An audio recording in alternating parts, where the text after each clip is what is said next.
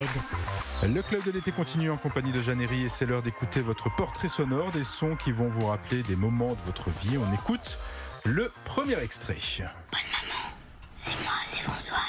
T'es au ciel ou en enfer? Et d'un enfer cligne tes yeux. Milou en mai 90. Quel souvenir vous gardez de ce film? Plein de souvenirs. Effectivement, j'ai 10 ans, c'est mon premier tournage. Et en tant qu'actrice, donc ce sont des premiers pas dans la comédie, un peu mal assurés, mais en même temps avec la légèreté, une sorte d'insouciance totale. Beaucoup de souvenirs. J'étais en tournage donc avec un grand réalisateur, Louis Malle. À l'époque, il a, je crois, déjà fait Au revoir les enfants. Et c'est un film que j'ai vu au cinéma et que j'avais adoré. Donc, et puis c'est avec ma maman qui est sur le tournage avec moi. Ça dure 2 mois, c'est pendant tous les mois d'été. C'est un souvenir avec un casting dingue, vraiment Michel Piccoli, Dominique Blanc, Bruno Carrette, enfin plein de gens, du Chaussois et tout ça. Donc beaucoup d'acteurs, beaucoup de rire. Moi, je me souviens surtout que moi j'étais très très sérieuse. J'avais 10 ans, mais j'étais hyper sérieuse. Et qu'il y avait une bande d'acteurs, mais déconnants à bloc, hein, vraiment. D'accord. Il y avait les sérieux. Piccoli et Dominique Blanc étaient très très sérieux. Et les autres, alors là, mais c'était... et Michel Duchossois était dans un état parfois proche de l'Ohio quand même. Si bien qu'à la fin du tournage, il voulait plus... son personnage devait vendre la maison. Et c'était très triste pour le personnage principal, Milou, incarné par Piccoli. Et du coup, il ne voulait pas jouer cette scène parce qu'il trouvait ça injuste pour l'autre personnage. Et il a fallu vraiment lui dire, mais il faut signer quand même. Michel, c'est dégueulasse, je peux pas signer. Donc tournage très très rigolard, très joyeux, très été quoi. Très été. Deuxième extrait de votre portrait sonore. Il m'est arrivé un truc un peu dingue l'autre jour. Vincent Lacroix m'a demandé de l'aider à se débarrasser du corps de sa compagne et je l'ai fait. Il avait l'air complètement désemparé. Mais pourquoi tu racontes des trucs comme ça? Arrête! Sandrine Kiberlin, Laurent Lafitte, donc à l'affiche de Elle l'adore, c'est votre premier long métrage, il y a eu quelques cours après. Pourquoi vous êtes passée à la réalisation? Parce que vous aviez plutôt une carrière d'actrice, peut-être qui se dessinait. Ouais, qui se dessinait pas si bien que ça. Hein. D'accord.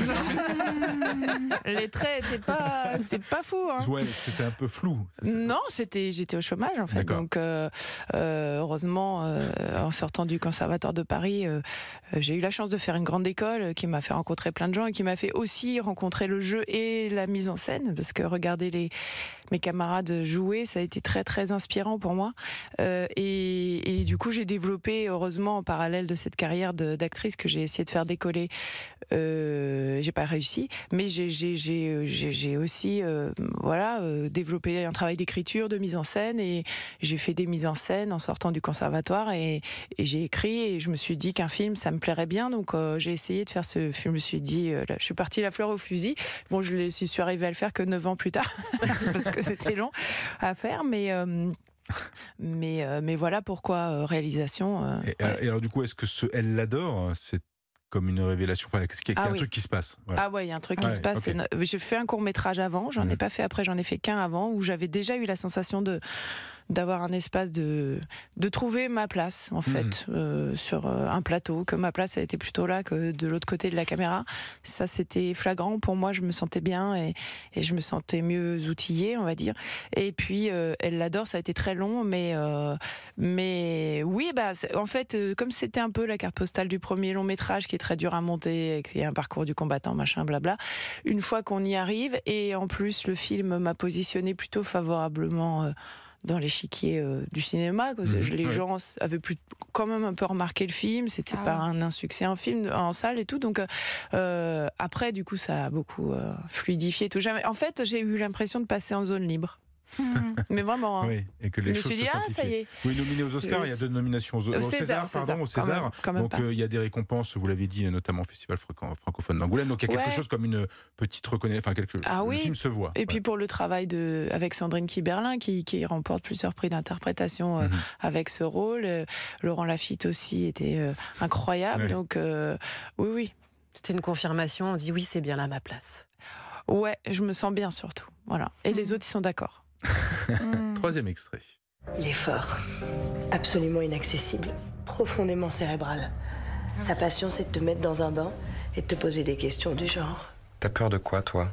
Et du coup, tu te retrouves à lui répondre des trucs du genre de perdre le pouvoir d'achat de la jeunesse.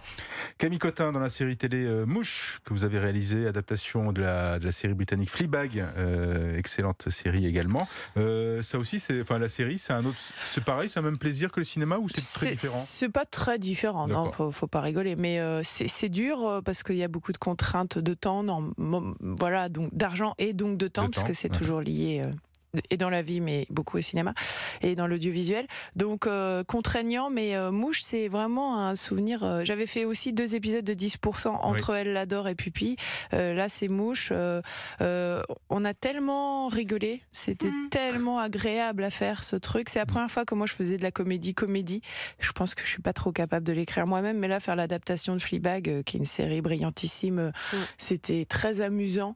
On a fait le casting était très très beau et on a moi j'ai beaucoup trop ri, mais d'ailleurs je m'en suis beaucoup inquiétée pendant le tournage parce que je me disais mais on m'a toujours dit que les comédies les plus réussies c'est pas forcément là où on se marre le plus, et moi je me marrais tellement que bon voilà, mais c'est un bon souvenir. Travailler avec Camille Cotin est aussi très agréable. Mouche donc sur Canal+, à voir sur MyCanal. Merci pour ces confidences. Dans un instant notre invité média sera là, tout de suite dans le Club de l'été.